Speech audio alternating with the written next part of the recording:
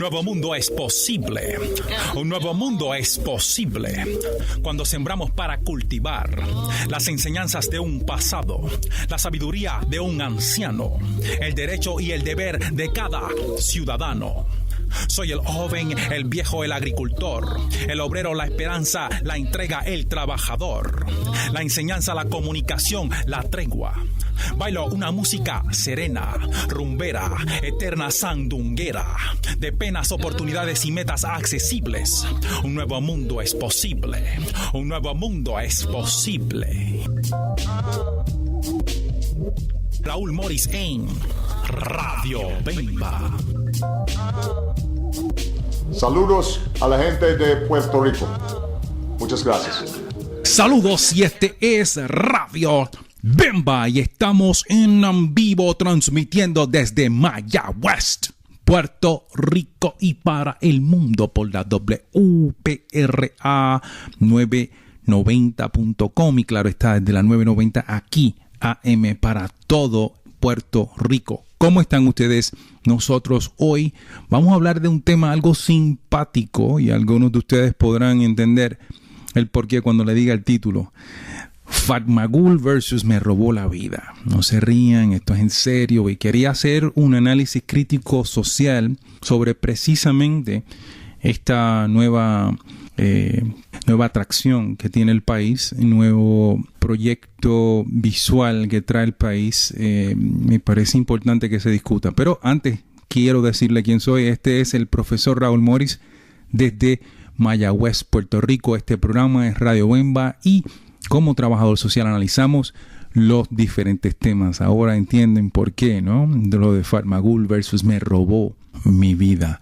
El proyecto que realmente tiene como intención llevarle a ustedes la información para que puedan tomar mejores decisiones. Ahora la comparación de Fatmagul versus Me robó la vida no es realmente la que quiero hacer. Lo que quiero hacer es comparar, por ejemplo, los medios de comunicación y algunos que traen algunos proyectos, una visión de mundo, algo diferente, y es por eso que quería discutir este tema.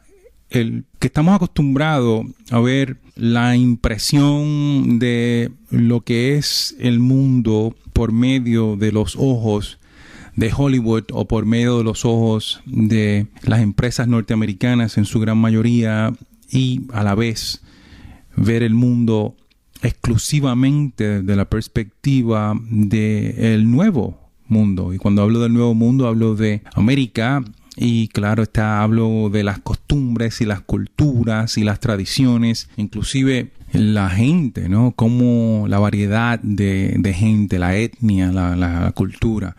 Muy pocas veces vemos en las Américas, y cuando hablo de las Américas no estoy hablando exclusivamente de Estados Unidos de Norteamérica, estoy hablando de el continente, de Alaska hasta la Patagonia, estoy hablando de cada uno de esos países y su diversidad cultural y social. Es muy raro que nosotros como país veamos en la televisión situaciones dentro de un contexto nativo americano, indígena, aborigen. Cuando digo aborigen, nativo americano, hablo de las tribus norteamericanas, las miles de tribus norteamericanas, o sea, las miles de diferentes culturas que están dentro de Estados Unidos de Norteamérica, dentro de Canadá, dentro de México, dentro de todos los países americanos, porque cuando hablamos de aborígenes y nativos americanos estamos hablando de los pueblos tradicionales, los pueblos antiguos, los pueblos milenarios que han logrado sobrevivir inclusive el genocidio. Y todavía está el argumento, a mí me sorprende que personas pudieran decir que lo que ocurrió en las Américas no fue genocidio. Hey, ¿qué pasa? ¿Dónde estamos? O sea, ¿cuál es la historia de que ustedes están leyendo? Eso es chocante pensarlo. Un grupo étnico llega a otro lugar, se adueña, asesina y roba. Sí, me parece muchísimo. Y precisamente asesina todas las culturas nativas de ese espacio, y sobreviven los que huyeron, ¿no? Sobreviven los que, entre comillas, se asimilaron, entre comillas, porque sabemos, por ejemplo, que la cuestión religiosa y el nativo aborigen hizo lo inteligente, como también hizo el africano, ¿no? Tú quieres que yo crea en ese Dios, pues yo te voy a poner, yo me voy a enfocar en esa imagen tuya, pero realmente voy a estar orándole a mi yuki-yu, o a mi tradición, o a mi cultura, no a la tuya, aunque al frente tuyo esté diciendo unas cosas, mis tradiciones continúan. Y eso ha ocurrido en muchos de los pueblos nativos americanos. Precisamente la razón por la cual queremos tener esta conversación. Y mencioné que nunca o muy pocas veces vemos las perspectivas, vemos las visiones, vemos cómo viven dentro de las mismas Américas, ¿no? Cómo viven dentro de los países como Canadá, los aborígenes, las tantas tribus que hay allí, en Alaska y en Canadá y en los países americanos del sur. Cuando hablamos de México, hay cientos de diferentes pueblos nativos e indígenas que todavía hablan su dialecto, ¿no? Que todavía hoy han sobrevivido el tiempo, defienden sus tierras sagradas, hablan y practican su cultura. Y hablamos de México, pero podemos hablar de Venezuela, pero podemos hablar de Bolivia, pero podemos hablar que Bolivia, por cierto, Evo Morales, uno de los primeros nativos, o que es un presidente electo. Eso es bien lindo verlo, ¿no? La otra versión ha sido que el aborigen ha sido marginado, oprimido, que ha sido esclavizado, que ha sido asesinado, que ha sido apaciguado, acallado, puesto a un lado, y de él no se dice nada, como si no existiera. Esa es la realidad actual de lo que ocurre en las Américas. Y no vas a ver una novela, por ejemplo, de los Cherokee, ¿no? Eso no lo vas a ver, al menos que el hombre blanco esté asesinando a los Cherokees en la primera parte de la película o de la novela. Sin embargo, esto ha sido parte de a mí tristemente, porque tantas cosas podemos aprender de los pueblos nativos americanos, ¿no? Son los fundadores, los pueblos nativos aborígenes, son los fundadores de las naciones que todavía sobreviven en nosotros. Y cuando hablamos, por ejemplo, de los taínos, que se habla de que los taínos desaparecieron, no, la sangre taína vive en nosotros y hay rasgos por todas partes. Y cuando tú viajas fuera de país, de fuera de Puerto Rico, te das cuenta lo diferente que es la mezcla de Puerto Rico versus la dominicana o versus la venezolana, aunque tenemos tantas cosas en los cuales nos parecemos.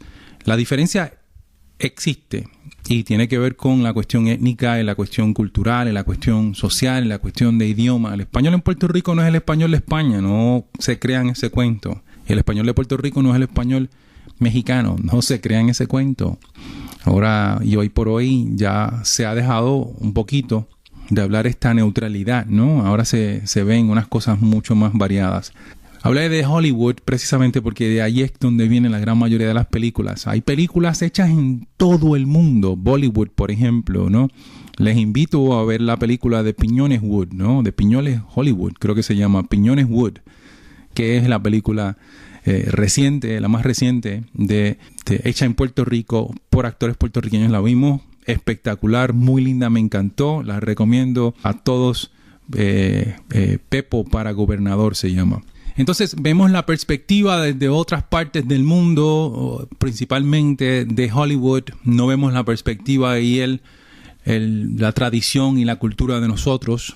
Estos esfuerzos que se han estado viendo, donde se unen los dominicanos y los puertorriqueños a hacer películas fantásticas, donde se unen los puertorriqueños a hacer películas, ¿no? Como en aquel entonces La Guagua Aérea y tantas otras películas que se hicieron para los 50, los 60, que todavía se pueden ver y en YouTube usted las puede encontrar, ¿no? En las redes sociales puede encontrar montones de películas que se lograron hacer en aquel entonces con los proyectos educativos, pero muy bien hechas, definitivamente. Eso crea una visión de mundo algo cerrada, algo angosta precisamente, porque no puedes ver que hay una diversidad de gente, que hay una diversidad de culturas y de idiomas, y a la misma vez el hecho de que tú no lo veas, pretendes y piensas que no existe, y si existe es una cosa mala, ¿no?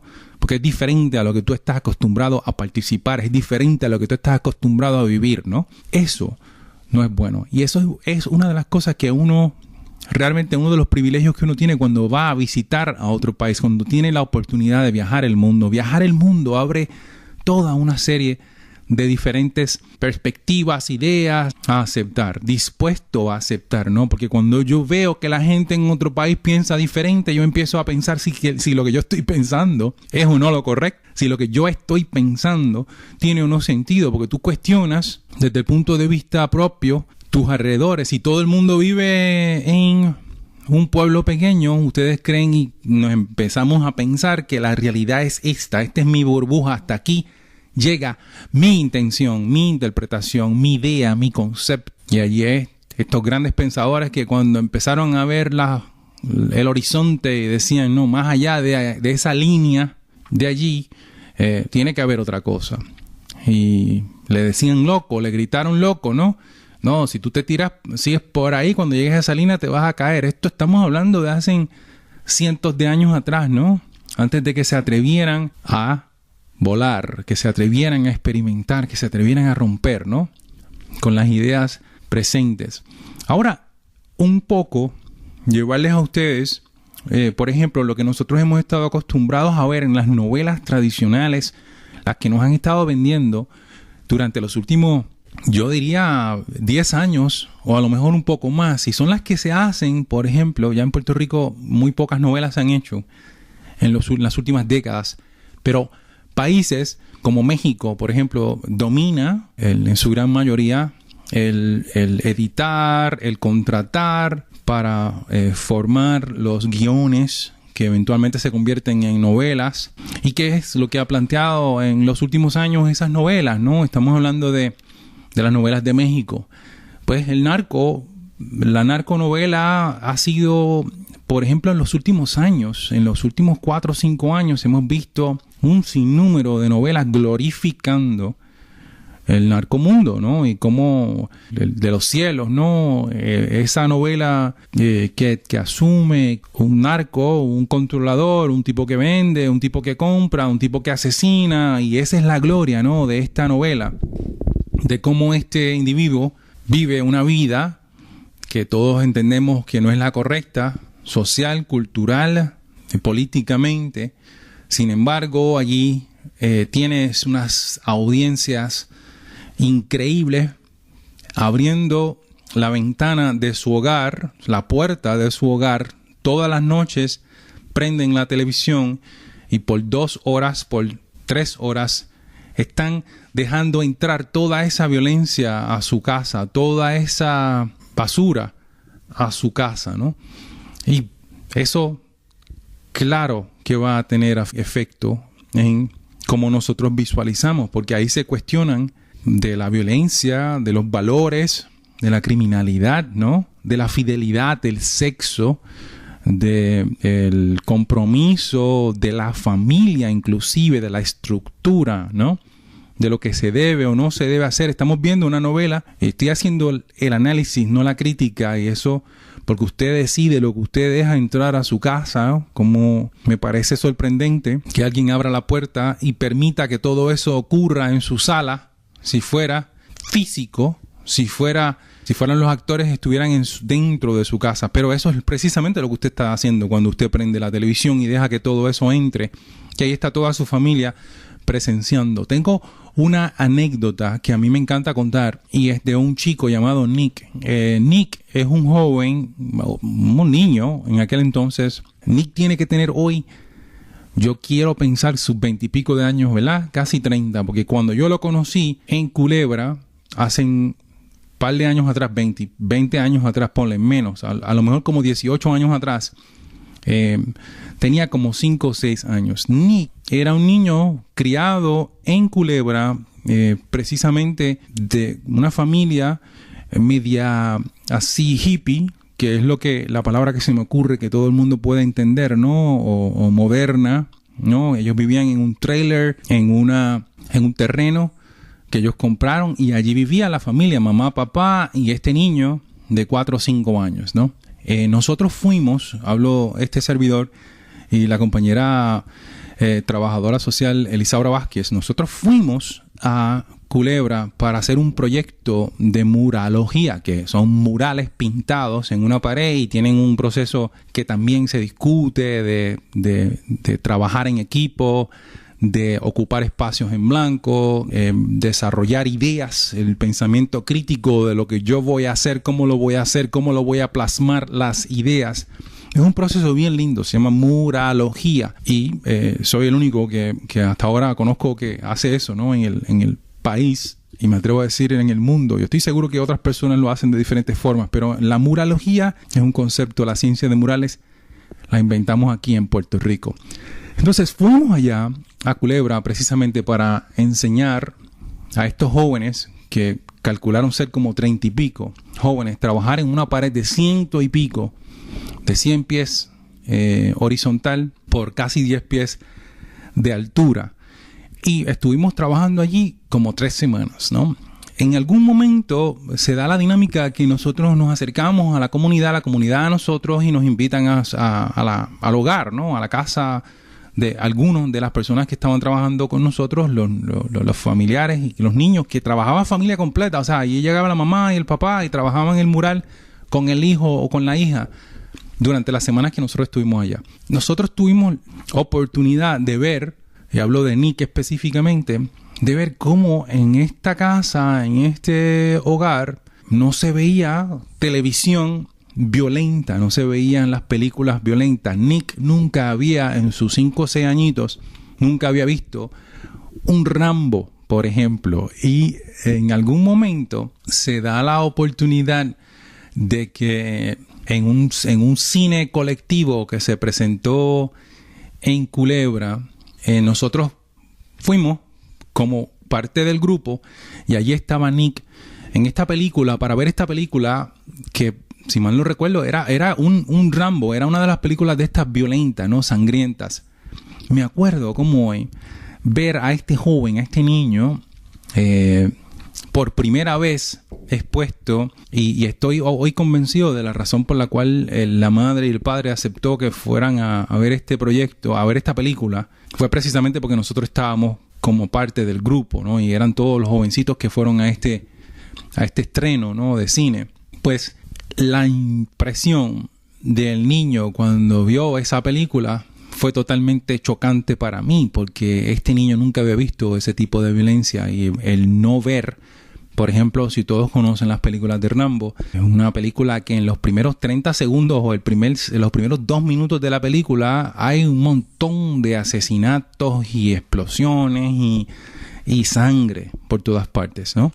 Que es lo mismo y se parece muchísimo hoy a lo que ocurre en los videojuegos, ¿no? En los juegos que nosotros estamos dejando que nuestros hijos jueguen a tutiplén, y cómo eso ahora pudiera o no tener un efecto secundario en crear una insensibilidad, crear, adormecer el sentimiento precisamente a la vida, ¿no? Es adormecer como yo siento lo que ocurre en esa pantalla, porque para mi cerebro la diferencia entre de lo que estoy viendo, y más bien para un niño de 5 años, porque yo creo que ya uno adulto, hay una estadística de cuántos asesinatos nosotros hemos visto en toda nuestra vida viendo televisión, ¿no? Y las noticias y todo eso. Hay unos números que crean unas estadísticas que plantean que se han visto millones de asesinatos, y cuando uno llega a ser adulto, cuando yo he visto y he escuchado, pues a lo mejor yo tengo la capacidad de decidir que esto es mentira, que lo que yo estoy viendo en la televisión no es real, ¿no? Yo puedo concluir, pero una persona, un pequeño, un niño o una niña, todavía hay una nube media rara entre lo que es real y lo que no es real, lo que es ficción, lo que es teatro, lo que es muñequito y lo que es real. Y me parece que lo que nosotros estamos viendo en las expresiones y en el lenguaje corporal de Nick era precisamente un shock, ¿no? Era lo que para los militares cuando regresan de la milicia después de haber experimentado, ¿no?, la peste, el asesinato, la muerte, síndrome postraumático, ¿no?, que regresan. Nosotros no estamos acostumbrados a ver esas cosas, a oler esas pestes, ¿no?, a ver un cuerpo en descomposición. Eso no es una cosa normal para el ser humano.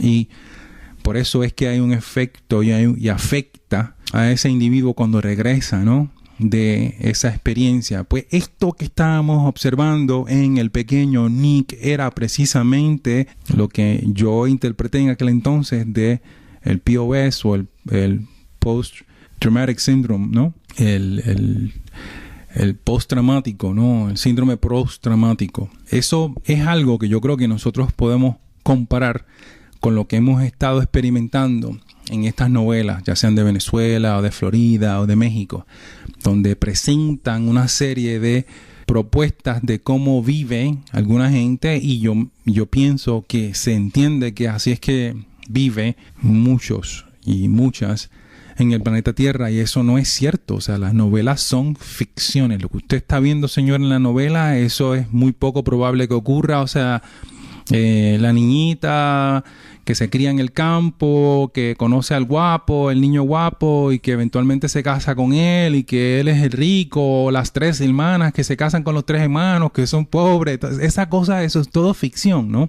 Y ahí es que quiero hacer esa comparación con lo que ha estado ocurriendo con esto llamado yo quiero llamarlo el síndrome postraumático de Fatmagul y de Me robó la vida, donde usted está viendo películas que hablan y que son y que caminan y que se manifiestan, o unas películas y unas novelas que se manifiestan totalmente diferente a lo que estamos acostumbrados a ver en, por ejemplo, las novelas tradicionales de los países de acá, ¿no?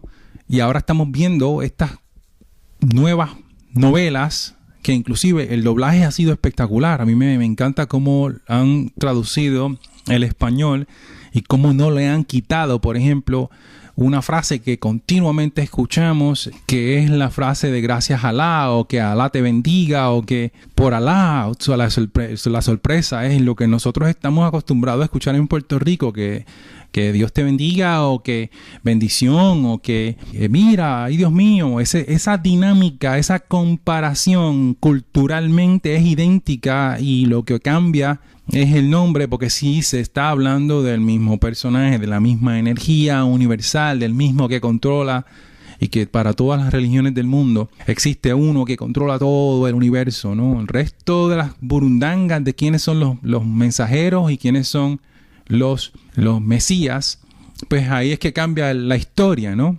Por no decir el cuento, por no decir la fábula, ¿no? O por no decir la cultura.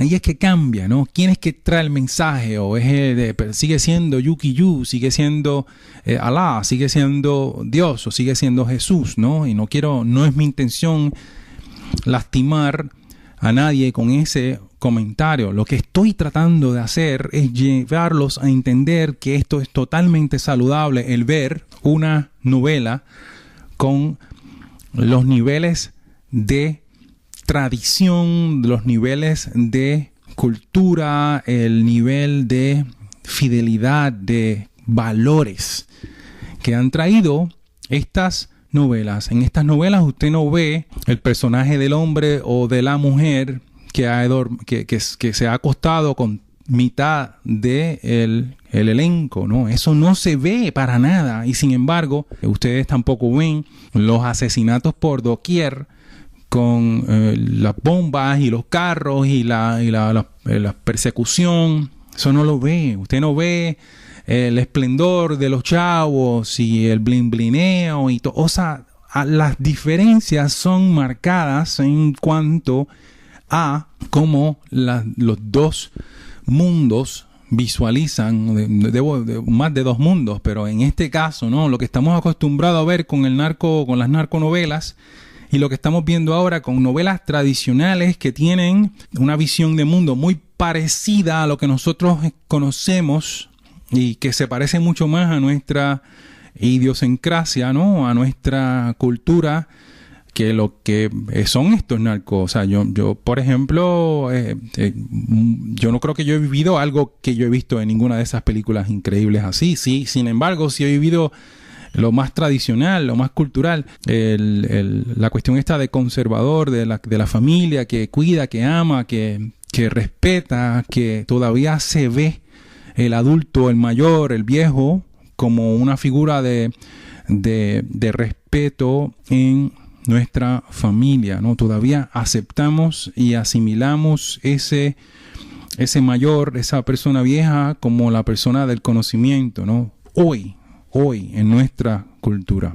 Son cosas muy lindas y felicito a aquellos que han traído esas películas. Qué bueno que han tenido el éxito que han tenido, y eso puede significar que nos inclinemos a hacer proyectos parecidos, a hacer proyectos con los valores que estamos acostumbrados a vivir y no imponer, ¿no?, estos otros valores o no valores, ¿no?, de diferentes visiones de mundo, las de Hollywood, etcétera, ¿no? Que nosotros tenemos unas tradiciones particulares que tenemos que respetar, y hablo de toda América, no estoy hablando exclusivamente de los puertorriqueños, o de los dominicanos, de los cubanos, de los venezolanos o de los brasileños. Estoy hablando de todo. O sea, yo creo que la mayoría de los países del mundo piensan y se parecen mucho más a estas novelas de Fatmagul versus Me robó mi vida, en comparación con los narcos novelas. Agradecemos su participación en este programa. Gracias. Acuérdense, todos los sábados en el mercado de Ponce de 10 a 3 de la tarde, y en Rincón los sábados en el mercado natural orgánico de Rincón de 8 de la mañana a 1 de la tarde. Y este ha sido otro programa de Mayagüez, Puerto Rico, Radio Bemba. Bendición y cuídense mucho. Para contactar a Radio Bemba, ustedes pueden comunicarse vía teléfono 787-222-5590. Este es el celular de este servidor Raúl Morris. Igualmente pueden contactarnos vía las redes sociales. Ustedes encontrarán que Facebook estamos como Radio Bemba Puerto Rico 990 WPRA. Nos pueden definitivamente también encontrar en Twitter, Radio Bemba WPRA 990. Estamos para servirle, escuchar sus aportaciones a este programa y a la vez agrandar el conocimiento como parte de este cerebro colectivo que compartimos hoy en día con lo que viene siendo el Internet y las redes del mundo. Gracias y hasta la próxima.